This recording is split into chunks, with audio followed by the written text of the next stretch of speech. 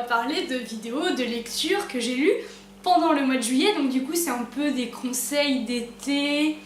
Je vais dire été parce que je suppose qu'il y en a parmi vous qui sont peut-être en vacances, les chanceux. Et pour ceux qui ne le sont pas, comme moi par exemple, vraiment par exemple, eh bien on va dire ça plutôt les conseils d'été. Et en gros c'est un peu ce que j'ai lu pendant mon mois de juillet et j'avais envie de vous en parler parce que justement ça peut peut-être vous intéresser si vous ne savez pas quoi mettre dans votre valise ou si vous ne savez pas quoi lire pour vous détendre. Je commence avec une nouveauté donc de Virginie Grimaldi aux éditions Fayard. Et attention, le titre claque sa race. Le parfum du bonheur est plus fort sous la pluie. Ah ouais. C'est la première fois que je lisais du Virginie Grimaldi. Je sais qu'elle en a écrit 2 autres et c'est vrai que du coup j'ai envie de les lire, hein, forcément, parmi toutes mes envies de livres. Je l'ai emprunté à la bibliothèque celui-ci, mais je crois que je vais me le procurer pour ma propre bibliothèque à moi, perso. Dans ce livre, on rencontre Pauline, 35 ans, qui vient juste de se faire larguer par son mari qui est donc l'homme de sa vie. Elle retourne vivre chez ses parents avec son fils Ben qui a 4-5 ans. Et comme ça se passe justement vers les vacances, il se trouve que par une formidable occasion, ils vont tous partir, sa famille, hein, donc c'est-à-dire ses parents, ses grands-mères, sa sœur, son beau-frère, ses neveux, son frère, bref, toute cette drôle de famille va partir en vacances au bassin d'Arcachon. C'est une parenthèse qui est plutôt bienvenue puisque du coup ça permet, enfin c'est une occasion pour se retrouver, se remettre les esprits au clair, reprendre du recul, retenter de conquérir son mari en lui envoyant chaque jour une lettre de souvenir de leur histoire d'amour parce qu'elle se rend pas compte, enfin ça ne peut pas être possible en fait que cette histoire se termine. Et aussi un moyen de retrouver aussi son fils, sa famille et de peut-être guérir un peu des cicatrices du passé. J'ai adoré, j'ai beaucoup aimé cette lecture tout simplement parce que vous avez aimé tout, mais vous avez tout pour passer une super bonne lecture. Vous avez alors déjà le décor, le bassin d'Arcachon, hein, la Dône du Pilar, le Cap Ferret, you see, yeah, I know, je ne parle toujours pas très bien l'anglais. Je suis un peu deg parce que là il pleut quand je tourne, mais sinon j'ai super chaud.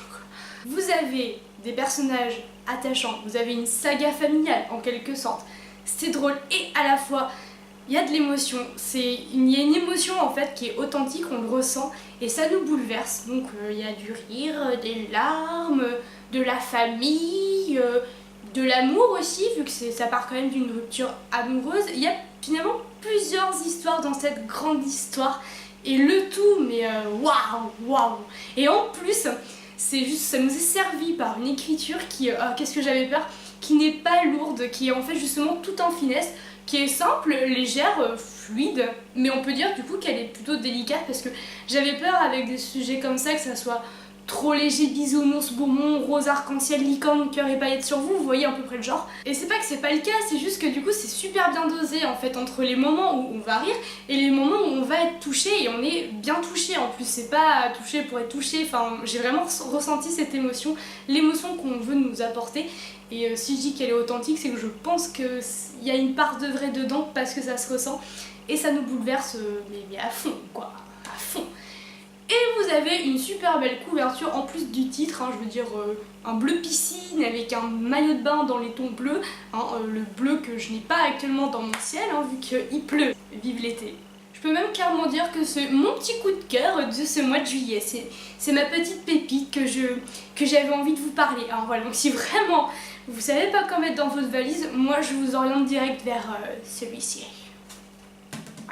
Ensuite, j'ai enchaîné toujours à la bibliothèque que j'emprunte, hein, c'est fort pratique pour les économies. Dis-moi que tu mens de Sabine Durand aux éditions Prélude. Alors, on a toujours la couverture dans les tons bleu piscine, piscine un peu pluie ou piscine de nuit, hein, je dirais, je vous l'approche quand même un petit peu plus, hein, parce qu'on est un petit peu loin, hein, je sais, pardon. Comment vous résumer un peu le livre? Alors, on a un protagoniste qui va donc nous parler à la première personne singulier pendant tout le livre. Il s'appelle Paul Maurice, il a 40 ans à peu près, c'est encore un très beau séducteur de femmes, hein, c'est un peu toute sa vie, ça c'est un don Juan depuis très longtemps. Il a écrit un livre il y a plus de 10 ans qui a eu un best-seller et depuis, parfois il écrit un peu des articles dans des journaux mais pas trop. Il vit dans un immeuble, dans un appartement d'un copain quand celui-ci n'est pas là, mais quand celui-ci est là, il retourne vivre chez sa maman. C'est une feignasse. Ce mec est une feignasse et un séducteur, mais bon bref. et aussi un peu un menteur parce que en gros il ment pour arriver à ses fins et souvent ses fins, la plupart du temps c'est séduire une femme. Or il se trouve qu'un jour de pluie comme aujourd'hui, il retrouve un camarade d'université, Andrew Hopkins, hey anglais, yeah, Il se trouve en plus qu'il avait flirté avec sa sœur, il fut un temps avant de passer à une autre et de passer à une autre et de passer à une autre, vous avez compris le système du séducteur. Andrew l'invite à voir un peu sa réussite depuis le temps, l'invite à déjeuner et c'est l'occasion pour Paul de rencontrer Alice. Alice avec qui il va finalement entretenir une relation amoureuse.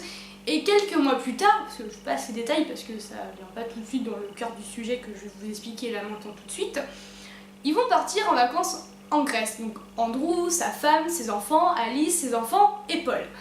En Grèce parce que Alice a une maison là-bas en Grèce qu'elle a eue avec son défunt mari. Et ça fait 10 ans aussi qu'il y a eu un drame, il y a 10 ans. Il y a beaucoup de 10 ans dans la phrase, mais bref, il y a 10 ans il y a eu un drame et Alice enquête toujours sur ce drame et il se trouve que bien sûr 10 ans plus tard ça va être un peu résolu quand même, logiquement. Comment dire, je suis restée coincée dedans pendant 2 semaines, en fait en gros je l'ai fini hier. Nous étions vendredi 21 juillet, j'en pouvais plus. Alors je peux bien comprendre que du coup c'est un rythme très lent où finalement il se passe pas grand chose. Ok, ça se passe pendant un temps de vacances où effectivement les personnages sont plutôt passif, alors je veux bien savoir que pendant les vacances c'est un petit peu le seul moment de l'année et on peut se permettre ça, ok, mais c'est clair que si vous attendez de l'action c'est pas trop dedans. On va dire que c'est du coup un thriller psychologique et encore je trouve que l'intrigue est noyée sur beaucoup de passivité et d'ennui et de tout autre truc alentour et de mensonges aussi, vu que c'est un peu le titre, le thème principal du bouquin. Bon, soit, l'intrigue ok, je trouve qu'on... Enfin, pour ma part j'ai finalement vu venir un peu le truc parce que vu que ça met 3 plombes à se mettre, on a le temps un peu de voir à peu près comment ça va se passer à la fin. Ou en tout cas ça s'accélère aux dernières pages, mais disons tout ça pour en arriver à ça, mon dieu quoi. Il y a deux trucs qui m'ont dérangé. La première c'est que j'ai du mal avec les personnages menteurs, surtout, enfin menteurs non, mais menteurs pour leur propre intérêt. Et là il se trouve que c'est juste pour séduire une femme, j'ai vraiment du mal en fait. J'avais pas de sympathie pour le protagoniste et éventuellement à la fin parce que au bout de 2 semaines à force de le côtoyer j'ai commencé un petit peu à m'habituer à lui, on va dire un petit peu, une chouïa de début parce qu'il faut pas trop déconner non plus. La deuxième chose qui m'a dérangée, mais alors ça va avec le côté thriller psychologique, c'est que c'est une ambiance de malaise dans ce livre. Il y a du malaise entre les personnages, moi du coup il y a une ambiance de malaise, moi du coup j'étais en malaise, enfin bref, j'avais pas envie de prendre ma lecture non plus, il y a eu des jours où effectivement j'ai pas lu, c'est pour ça aussi que je suis restée coincée dedans pendant 2 semaines, c'était très long pour moi.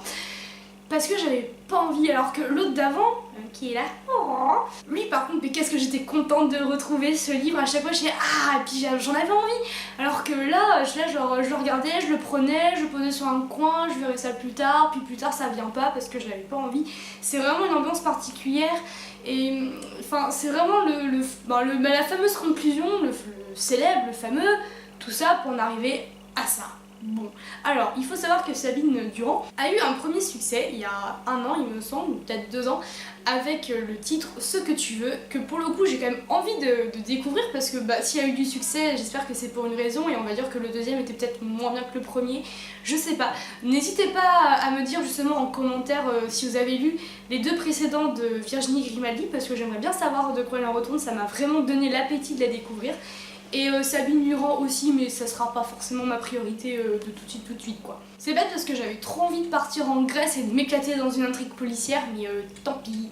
Par contre, pour en revenir sur les éditions Prélude, j'ai lu aussi plutôt vers fin juin, mais on va quand même le caser dans juillet 2017 parce que là pour le coup je pense que peut-être que dans vos valises ça peut le faire. Ou si vous voulez du divertissement pur et simple, sans question de valise, rien du tout, ça peut le faire aussi. C'est La ferme du bout du monde de Sarah Vaughan. Il me semble que c'est pas non plus son premier, mais en tout cas, bon, je l'ai pas là, je l'ai rendu à la bibliothèque, oui, toujours, je n'ai pas acheté en juillet, donc il n'y a pas de boucle, désolée.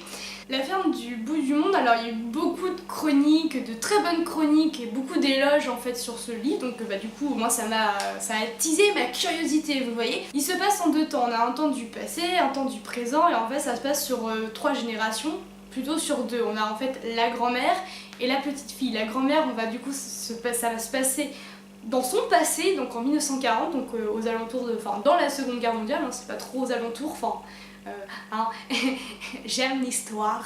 Et sa petite fille, donc au temps présent, qui du coup maintenant a 30 ans, et forcément les conséquences du passé ont donné en fait des conséquences au présent, et du coup il faut résoudre les solutions, enfin il y a un peu de révélation, du secret de famille. Pas trop non plus, hein, pour pas non plus nous étouffer avec tout ça, hein. C'est pas non plus bouquet final de feux d'artifice avec plein de révélations qu'on s'en tire les cheveux tellement c'est pas cohérent. Du tout. Mais en fait ce que j'ai bien aimé dans ce livre, c'est que c'est vrai que dès que je m'y plongeais, et je voyais pas le temps passer. Et même une anecdote, j'avais juste 10 minutes de lecture, donc hop là je m'y plonge, et je relève la tête, oh 25 minutes étaient passées. J'ai failli louper mon train en fait, c'est pour vous dire. Justement, je vais faire ma valise, et je me suis dépêchée de toute ma vie de faire ma valise pour vite prendre mon train, parce que là j'étais pas loin de le rater quoi. Pour vous dire tellement j'étais bien en fait dedans. Ça se lit bien, ça se dévore bien, c'est du pur divertissement, voilà. Après, par rapport aux chroniques qu'il y a eu, je suis pas non plus de là à dire que c'est un coup de cœur, enfin pas autant que ce que j'ai pu lire sur les critiques de ce livre-là. Bon après c'est personnel, hein. Je pense qu'il peut très bien convenir pour les vacances, lecture d'été, peut-être plus pour un public féminin, moi je dirais, voilà.